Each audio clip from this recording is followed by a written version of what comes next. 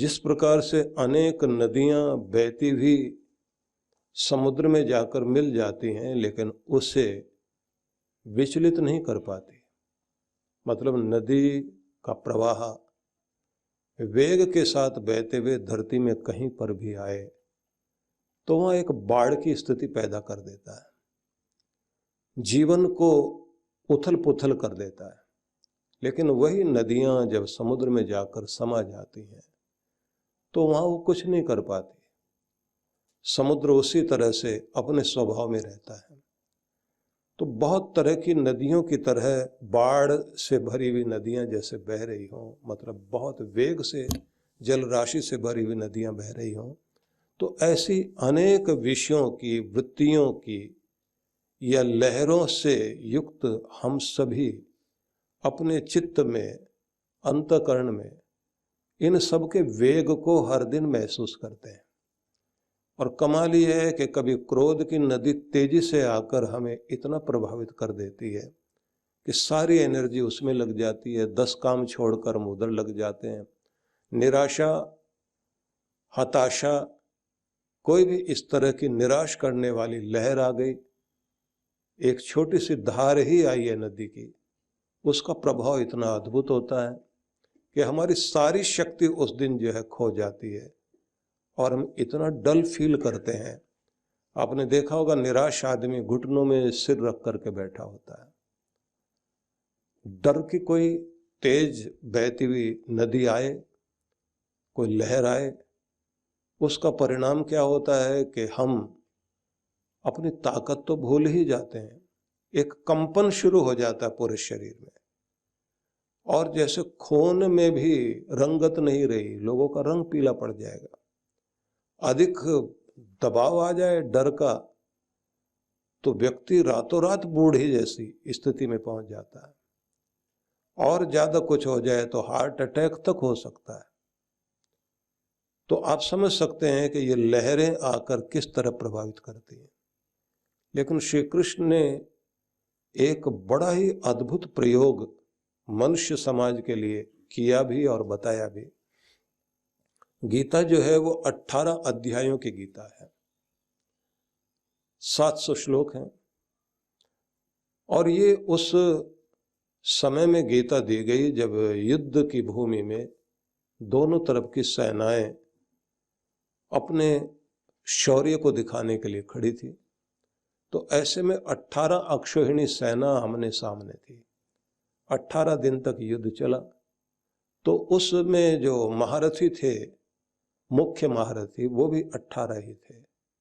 तो ऐसी बात अद्भुत रही कि उस 18 को ध्यान में रखकर व्यास ऋषि ने कृष्ण भगवान के संदेश को जब लिखा तो उसे 18 अध्याय में बांट दिया, और 18 अध्याय में बांटा तो उसका भी एक कारण था, क्योंकि श्री कृष्ण भगवान ने 18 सूत्र ऐसे दिए जो स्थित प्रज्ञ व्यक्ति के बारे में दिए। स्थित प्रज्ञ व्यक्ति जिसकी बुद्धि समुद्र जैसी स्थिर बुद्धि हो, विचलित ना होती हो, अडोल बुद्धि हो, जो व्यक्ति अपने आप को संभालना जानता हो।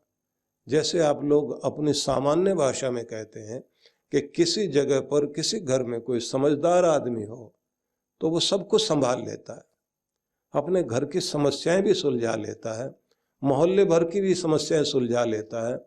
लोग जो है अपने फैसले कराने के लिए उसके पास आते हैं कि हमारी ये समस्या आप ही समाधान दीजिए। तो जिसके पास समाधान देने की प्रक्रिया है तो इसका मतलब है कि उसके पास में एक समझदारी वाली बुद्धि है। तो ये विवेक वाली बुद्धि जो है, विवेकनी बुद्धि जिसके पास आ गई तो एक बड़ा गुण है। लेकिन उसमें भी शांत बुद्धि, भक्ति वाली बुद्धि, और ऐसी बुद्धि जो हितकारिणी है, हित करने वाली बुद्धि। तो ऐसी बुद्धि जो धर्म से जुड़ी हुई है, तो ऐसी बुद्धि जो ऋतंबरा बुद्धि बन जाए। ईश्वर प्राप्ति के लिए जिस बुद्धि का, जिस विवेक का प्रयोग होता है, तो ऐसी जो बुद्धि है वो स्थित प्रज्ञ जिसे कहा जाए, स्थित देह जिसे कहा जाए, वो बुद्धि कहलाती है जिसमें आप ये समझें कि कितने भी तूफान जिंदगी में आ रहे हैं लेकिन व्यक्ति की अपनी समझदारी विचलित नहीं हुई, वो वहां भी अपने आप को संभाले हुए है। कोई डर डरा ना पाए, क्रोध विचलित ना कर पाए, निराशा दीनहीन न बनाए और कोई अहंकार उसको अकड़ने न दे और कोई अपमान हीन भावना न आने दे। तो समुद्र में जैसे नदियां जाकर मिल रही हैं तो वो अपने आप में वैसा का वैसा ही है। वहां कोई गर्जन होने से, चाहे बादल गरज रहे हो ऊपर आसमानों से और मूसलाधार बारिश नीचे हो रही हो, चारों तरफ से जो है नदियों का जल जाकर मिल रहा हो, समुद्र वैसे ही लहराता रहता है, वैसे उसमें आनंद रहता है। हालांकि समुद्र के अंदर भी ज्वार भी आता है, भाटा भी आता है, वो चंद्रमा को देख करके आता है। चंद्रमा जैसे जैसे बढ़ता है उसकी कलाओं के अनुसार समय निर्धारित होता है कि लोग पहले से ही सबको अनुमान होता है कि आज इतने बजकर इतने बजे तक ज्वार आएगा। ज्वार भाटा जो बोलते हैं, एक है चढ़ाव होना, एक है उतार होना। तो भाटा उसे कहते हैं जब उसका ज्वार जो है समाप्त होता है। तो यहाँ एक बड़ी बात यह है कि जिसमें ज्वार भाटा भी ना आए ऐसा कोई व्यक्ति हो सके तो उसी को स्थित प्रज्ञ कहा। तो उसके उन्होंने 18 सूत्र दिए श्री कृष्ण भगवान ने। और ये जो 18 सूत्र हैं गीता के, ये समझ लीजिए कि सारी गीता तो इसी में पूरी हो जाती है।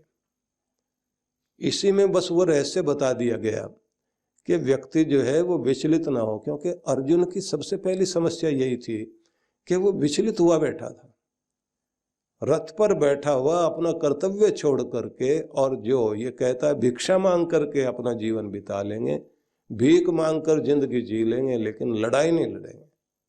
और पूरी जिंदगी एक ही चीज चल रही थी कि अन्याय सहते सहते हम यहाँ तक पहुंच गए कि सब कुछ छिन गया हमारा, और उसके बाद भी हमारे ऊपर मजाक और हंसना, प्रताड़ित करना लगातार हो रहा है। और घर की कुल वधू का भी जिस तरह से अपमान इन लोगों ने किया,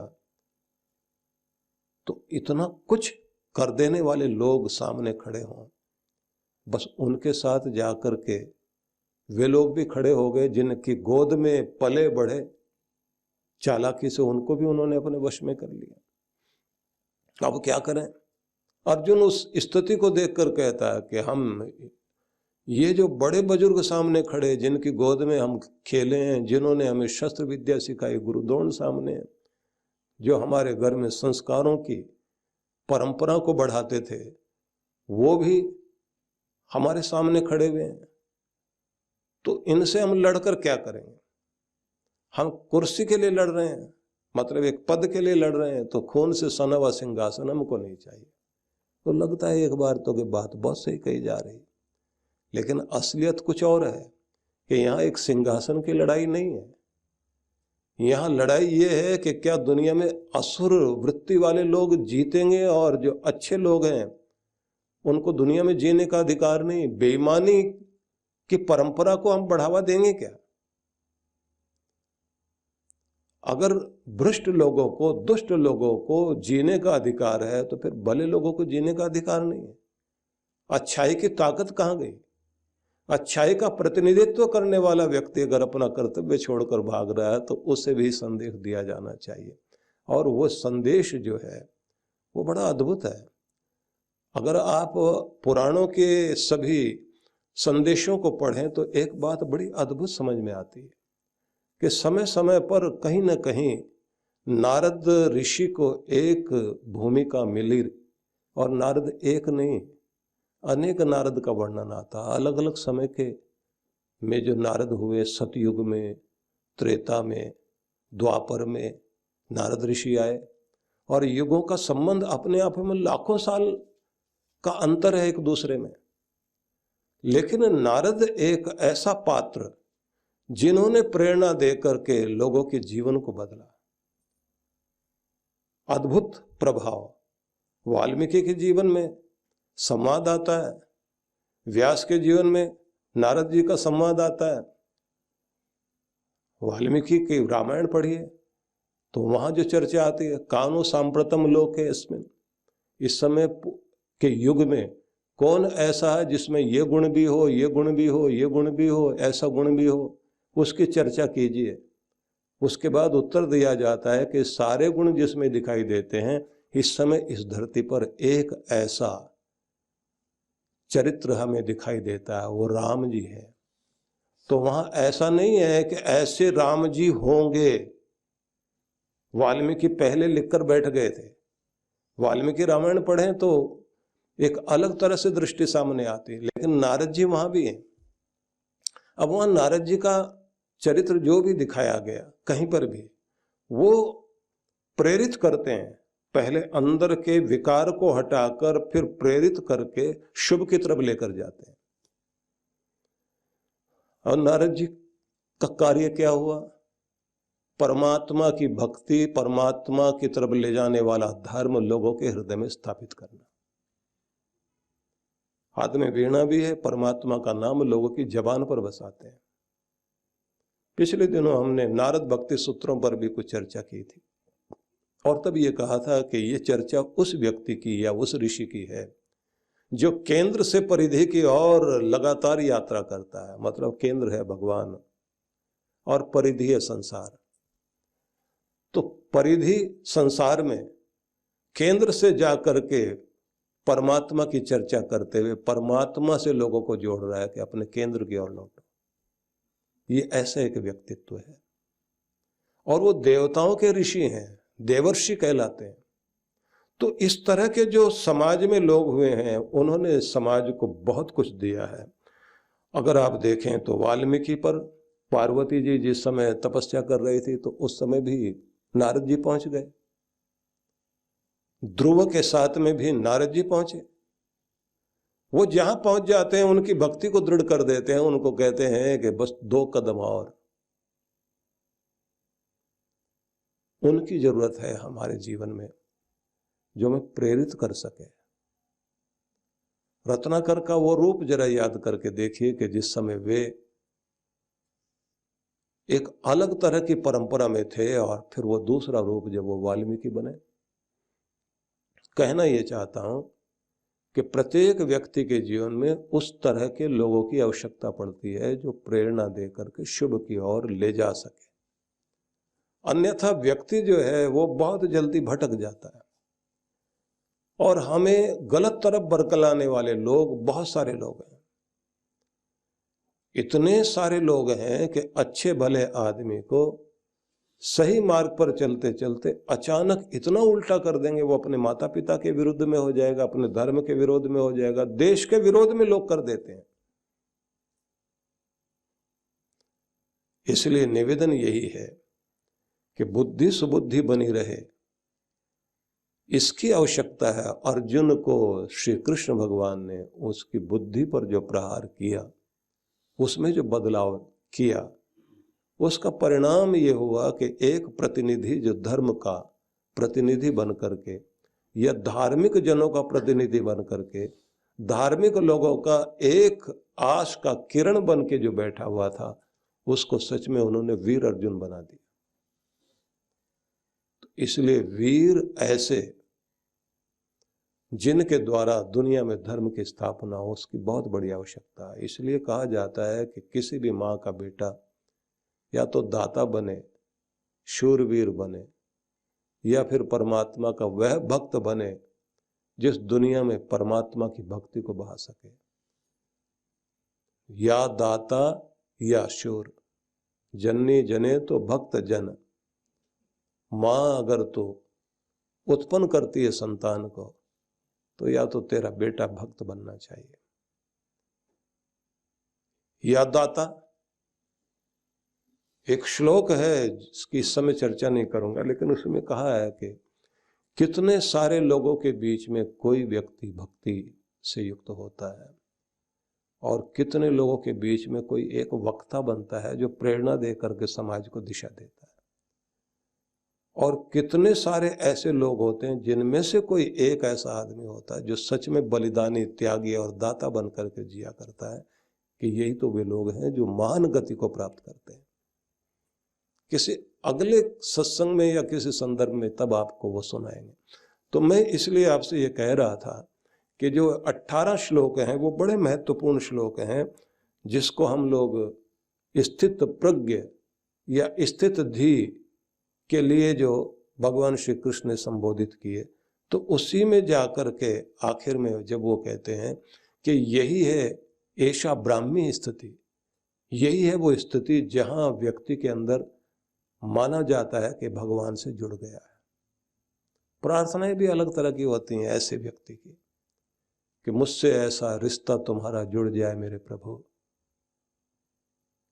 कि मैं हर पल तुम्हारी आनंद की किरणों को अपने हृदय में अनुभव करूं। ये संबंध ऐसा हो जाए कि तुम्हारी शांति की लहरें हर पल मेरे भीतर मुझे शांत करने के साथ मेरे चारों तरफ के वातावरण को भी शांति से भर दें।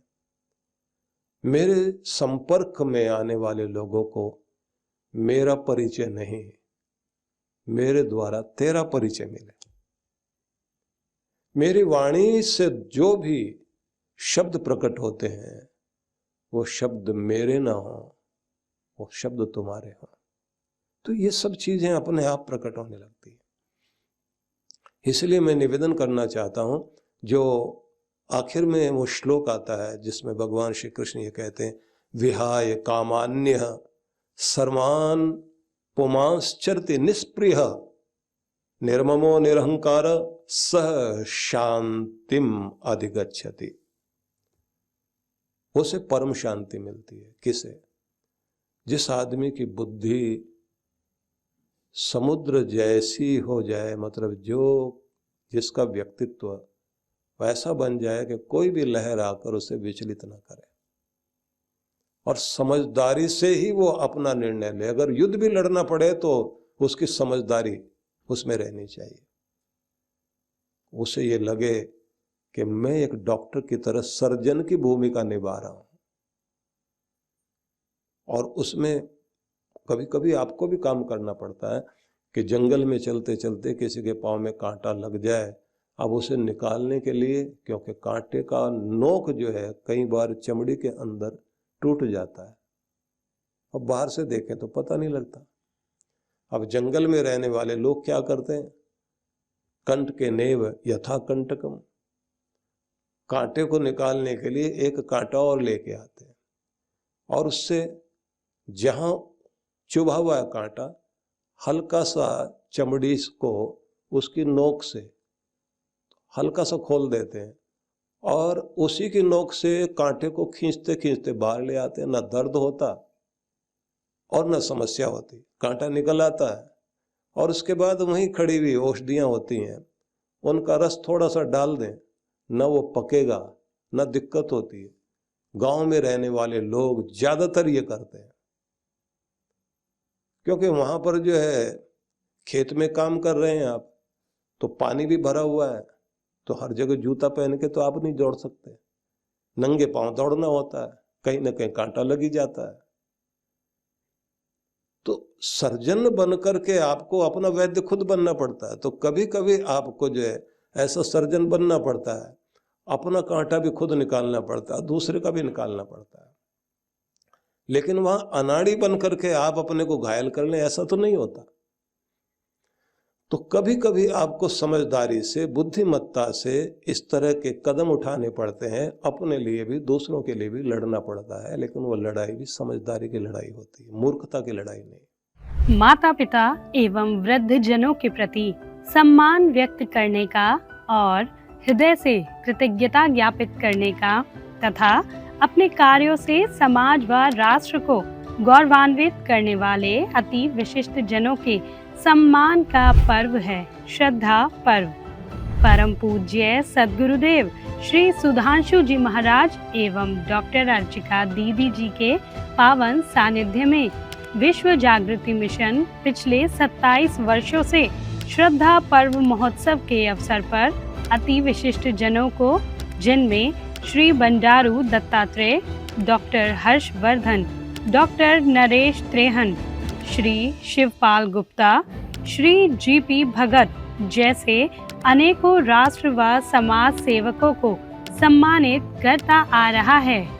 कार्यक्रम की रूपरेखा दिनांक 2 अक्टूबर 2025 प्रातः 10 बजे, स्थान आनंद धाम आश्रम बक्करवाला, नई दिल्ली। आयोजक विश्व जागृति मिशन। आप सपरिवार सादर आमंत्रित हैं। 108 कुंडीय श्री गणेश लक्ष्मी महायज्ञ परम पूज्य सद्गुरुदेव श्री सुधांशु जी महाराज एवं डॉक्टर अर्चिका दीदी जी के पावन सानिध्य में विश्व जागृति मिशन पिछले कई वर्षों से जनहित में सुख समृद्धि एवं रिद्धि सिद्धि प्राप्त कराने हेतु श्री गणेश लक्ष्मी महायज्ञ का आयोजन करता आ रहा है। इसी क्रम में इस वर्ष भी आनंद धाम आश्रम के पवित्र प्रांगण में 4 से 7 अक्टूबर तक 108 कुंडीय श्री गणेश लक्ष्मी महायज्ञ आयोजित किया जा रहा है, जिसमें गणेश लक्ष्मी के महाजाप के साथ साथ मंत्राहुति विशेष रूप से होगी। साथ ही 7 अक्टूबर शरद पूर्णिमा के अवसर पर वरदान सिद्धि साधना में सम्मिलित होकर इष्ट कृपा व गुरु कृपा प्राप्त करें। कार्यक्रम की रूपरेखा दिनांक 4 से 7 अक्टूबर 2025 प्रातः 8 बजे। विशेष 7 अक्टूबर वरदान सिद्धि साधना एवं शरद पूर्णिमा पर गुरु दर्शन। आप सपरिवार इस कार्यक्रम में सादर आमंत्रित हैं। आप घर बैठे भी यज्ञ में भाग ले सकते हैं। यज्ञ में यजमान बनने के लिए संपर्क करें।